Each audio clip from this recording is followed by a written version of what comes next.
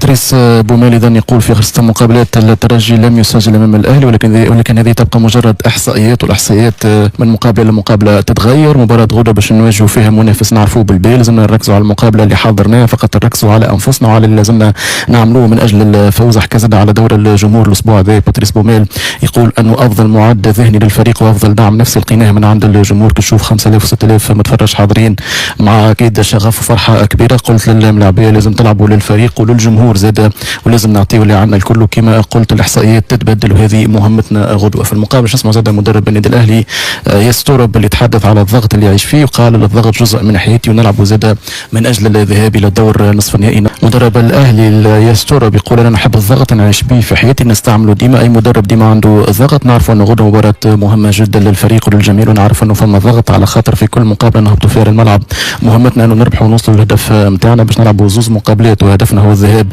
للدور نصف النهائي. حاليا عندي افضل زوز حراس مرمى في مصر، محمد شناوي كذلك مصطفى شوبير. فما منافسه كبيره بيناتهم وبين برشا ملاعبيه في مراكز اخرى، والمنافسه كما قالوا تخلي اللاعب يقدم افضل ما عنده. بالنسبه لي يقول انه محمد الشناوي هو قائد الفريق، ولكن غدوه لازمني نختار بينهم شكون اللي باش يلعب اساسي. اكيد الترجي كما قال بوميل لم يسجل ولم يفوز في اخر 6 مقابلات، قبل 9 اهداف انهزم في 5 وتعادل في 4. ولكن اليوم زاد الترجي سيواجه اهلي بمستوى دفاعي ضعيف جدا مقارنه بسنوات سابقه. الاهلي يقبل في اهداف تقريبا في كل المقابلات منذ بدايه عهد المدرب يستورب، قبل 23 هدف في 10 اهداف قبلهم عن طريق هجمات منظمه وكرات ثانيه، 8 اهداف كاملين عن طريق ركنيات او مخالفات، وزوز اهداف فقط من هجمات معاكسه، و3 اهداف عن طريق ضربات جزاء. نبدا معك ياسين، هل هي فرصه مواتيه نقول احنا للترجي وفرصه ذهبيه من اجل الفوز في تونس باكثر من هدف لنا؟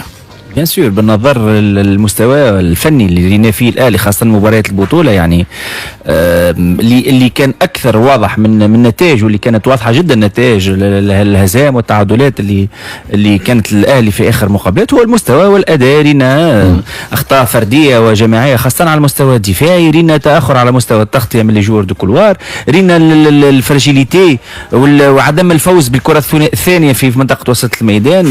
زاد كيف بصراحه ما نتصورش فرصه خير للترجي انه يحاول انه يبريسي فريق الاهلي في مناطقه، ويحاول انه يستغل خليني نقول البول دو نيج اللي صارت طيله الاسبوع هذايا على المستوى الايجابي بيان سور ماهيش سلبي، لانه رينا الكراكاج نتاع الجماهير الترجي، رينا السيبور الكبير نتاع جماهير الترجي، رينا حتى لي بتي ديتاي اللي كانت واضحه حتى على ملامح اللاعبين، حتى في تدريباتهم، في التعامل الاعلامي اللي كان جيد، في برشا حاجات ايجابيه وفرتها اداره الترجي. دون ما تصورش فما فرصه متاحه افضل لملاعبيه واطار فني نتاع الترجي. رينا حتى ديجا الاعتراف والريكونيسونس اللي كانت من المدرب حكاها على اقوى تاثير ذهني واعداد ذهني صاروا هي راهي حاجه اكيده واقعيه وحاجه ذكيه من المدرب، لان المدرب ذكي هو اللي يستثمر الاشياء اللي تصير للبرشا. اول حاجه باش يخفف الضغط على اللاعبين، اثنين واللي هي بالنسبه لي حاجه ممتازه وحاجه جيده،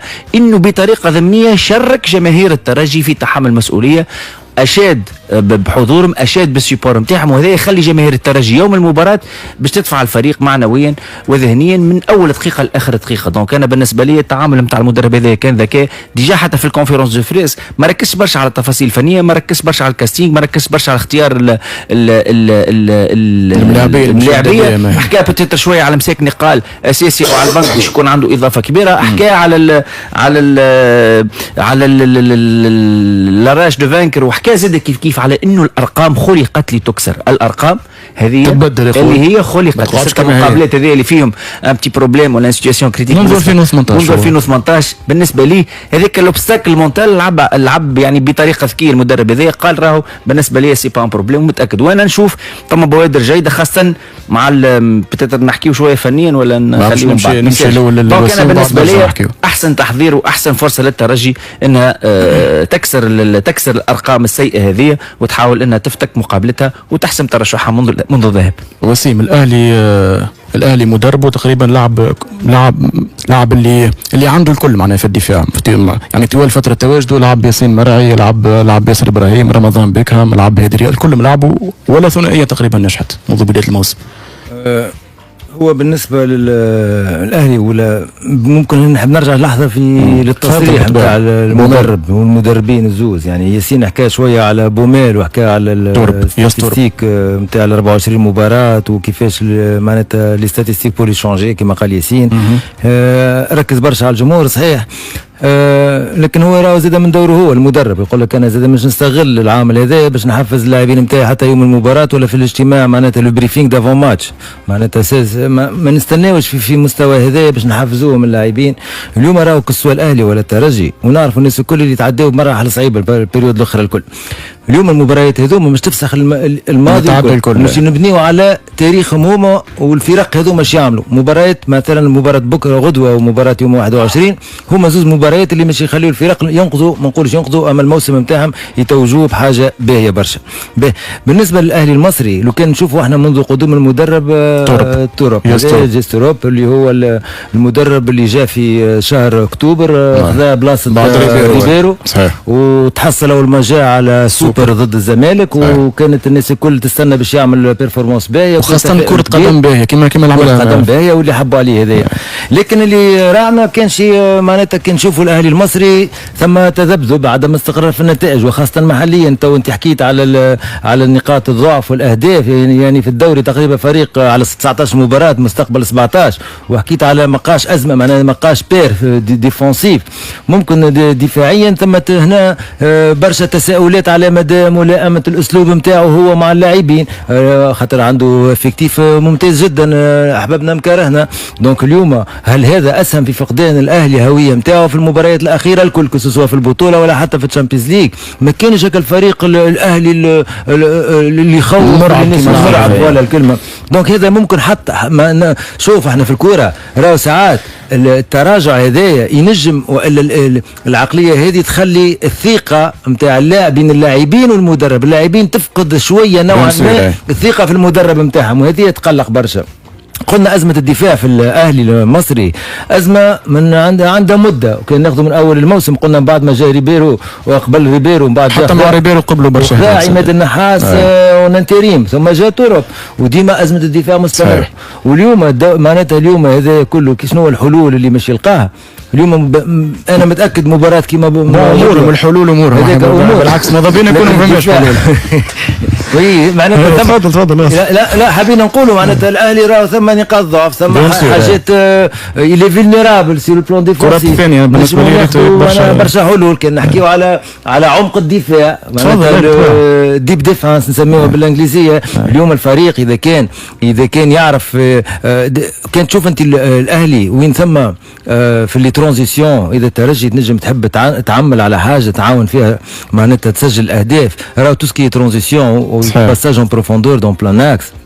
انا حسب رايي مش تعاونك برشا في المباراه تاع غدوه باش تلقى فيها برشا لانه الازمه هذه نتاع الدفاع ماهيش باش تتعدى على جناب ولا حاجه باش تلقى الحلول الكبيره اللي تلوج عليها. لكن حسب رايي انا الازمه نتاع الدفاع نتاع الاهلي المصري مش تكون معناتها مشكل في الكومبليمونتاليتي ما بين لي دو زاكسيون ما لقاوهاش الكل جربنا. يعني تجي تقول نقطه الضعف نتاع النادي الاهلي هي الدفاع نتاعها. يعني واذا انت بالنسبه لي مش تفاعل معاك يعني انا بالنسبه لي انا بعد غياب طويل ليوسف المساكني اول مباراه في كاس افريقيا جاته في دور يعني ما لعبش في مسابقه مش اكيد مش يلعب حتى يبقى موجود على بنك البدلاء. انا بالنسبه لي انا زاد دفع معنوي خاصه يعني كما قلت المباراه باش تحسم من مباراه الذهاب يعني من الغدوه باش تحسم على خاطر غياب جماهير الاهلي في المباراه الاياب. دونك فما دفع معنوي كبير ياسر جماهير الترجي كما حكى لي ياسين والمدرب الترجي. لكن الحذر موجود راهو النادي الاهلي يعني وقت يمشي لدور تقدمه يكون خطر يعني على المنافس. يعني النادي الاهلي يعني ماهوش كالفريق اللي بالصدفه وصل ولا كالفريق اللي ما عندوش سيره ذاتيه في المسابقات الافريقيه. دونك يعني مباراه ماهوش بالفصال يحكي فيها زوز مدربين عندهم الخدعه في الوسائل التواصل يعني عندهم الخدع. الاهلي الاسبوع الفارط قال له وقفوا يعني لا الاموال يعني المنحه نتاعهم يعني عاقبوهم يعني صارت هذا كان منصوص في العقد نتاعهم. هي ونادي الاهلي يعني حتى هي مش اول مره باش تعاقب يعني وقت صارت قبل وكذا. اما هي جات قبل مباراه التراجي باش اكثر حفز. يمكن ما فماش شيء هذا، يمكن يولي دوبل خاطر الوضعيه نتاع الاهلي فنيه حسب انت تو زاد حكيت ولا مش نحكيو فنيا يعني ماهيش وضعيه ولا بد. انا بالنسبه لي انا نتاكد شوف بكون الترجي اقرب للفوز واقرب باش يحسم المباراه الذهاب والترشح من ملعب حماد العقربي بيراتس. فوزي انا ديما نقول الفريق اللي يبدا في ازمه تخاف منه اكثر من الفريق اللي يبدا زوز في ازمه هما. بون يمكن الترجي خرج من ازمه. لا مش تاع النتائج. لا الترجي راهي بدت زوز مدربين والمشاكل اللي صار لها الترجي الرياضي منذ بدايه الموسم خاصه من كاس العالم راهو الفاتوره قاعده تخلص فيها. ولكن متصدر الترجي مش كيما الاهلي بعيد على الزمالك. الاهلي بعيد على الزمالك في الباب الثالث مش كيما البطوله. وبدل زاد المدرب الاول وجاء المدرب الثاني انتريم وبعد جاء المدرب الثالث وفما مشاكل نتاع نجوم في الاهلي. فما مشاكل اخرى في الاهلي نتاع برشا فلوس مشاكل اخرى ما عندها حتى علاقه بالترجي. سامحني يا محمد امين وسيم وياسين من التصريح نتاعو يعني حكى على الحراس. ظهر لي مشكله الاهلي المصري هي الحراس يعني الفيستير حجه الملابس بينصر فيها مشاكل تاع اكيد فيها مشاكل يعني دونك هذا هو الاختيار نتاع المدرب. احسن من اقوى حراس شكون باش يلعب؟ حسب شكون باش يلعب حسب رايي مش يكون الشناوي.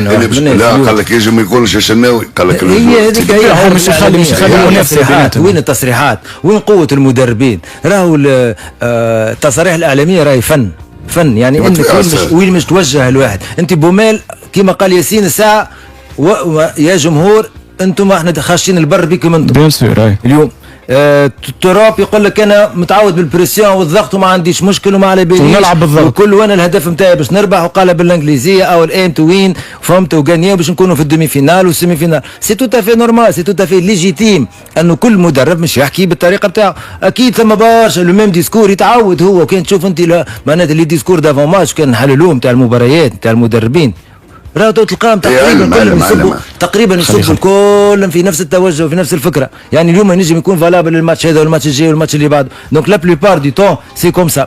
انت شنو اللي مش تخلي حاجه تخلي الفريق المنافس يزيد يركز فيها اكثر؟ انت اليوم توريت الناس كل مش تقعد تحكي على الاهلي المصري شكون مش يلعب الشناوي ولا شوبير. هي دي انا بالنسبه لي ولانه هو عادي عندهم غادي راه ما فماش شكل صحيح. لكن انا بالنسبه لي اليوم الفرق الكبرى راني ما على باليش بالفريق الاخر. راني انا شو نحب وش ما نحبش. راني اذا كان انا مش نركز هما شكون مش يلعب وشكون مش يلعب ومش يلعب على اليمين ما نعرفش انا شكون اللي صار بالعمري ولا محمد هاني على اليسار كله ما يعنينيش. لا كيفاش ما هوش لازمك انت تبرمج انت شنو هو اللي تحب من المباراه. مانيش شوف لو بروبليم اليوم دون لو فوتبول مودرن سي لو فوتبول برو اكتيف اي با لو فوتبول رياكتيف. لو فوتبول برو اكتيف هو اللي انا نحاول نونتيسيبي ونحضر روحي للجي بارابور لي انا لو برو. هذا مشكلتنا في الفوتبول التونيزيان ما حبش يتقدم لانه سي ان فوتبول دو رياكسيون عمره ما كان فوتبول دو برو اكسيون. لانه هذا النقطه وكان جينا نفهموها ونحسنوها راهو نوليو نقدموا برشا. راهو يفو با اتوندر. انا مثلا والله نستحضر وسيم سامحني انا مش نحكي لك حاجه بخصوص الديتاي هذه. راهو احنا مالوريزمون راهو نعيشوا توا عندنا سنوات احنا في لابسونس دو ريسك اون برون با لو ريسك. احنا مالوريزمون في اللينين تاعنا المدربين وحتى اللاعبين ديما نحاولوا ندخلوا اي مباراه بدافع التحفظ. وهذه راهي نحكي لك سيتي نابيديوت ولات فينا احنا كملاعبيه كمدربين كتوانسه. ديما تحكي انت على الرياكسيون. ديما ندخلوا في الرياكسيون عمرنا ما ندخلوا في الاكسيون. لي سيركونستانس دونك احنا بطريقه ضمنيه تو باش نعكسوا اون بروجيت على الماتش نتاع غدوه. يعني الاهلي سوكي سور واضح انه الاهلي تعيش في ازمه نتاع مشاكل ازمه نتاع اداء ازمه نتاع نتائج. دونك il faut subir l'action. لازمنا نمشيو ديريكتمون للاكسيون. دونك الترجي هنا علاش راهو العقليه نتاع المدربين الاجانب بارابور للمدربين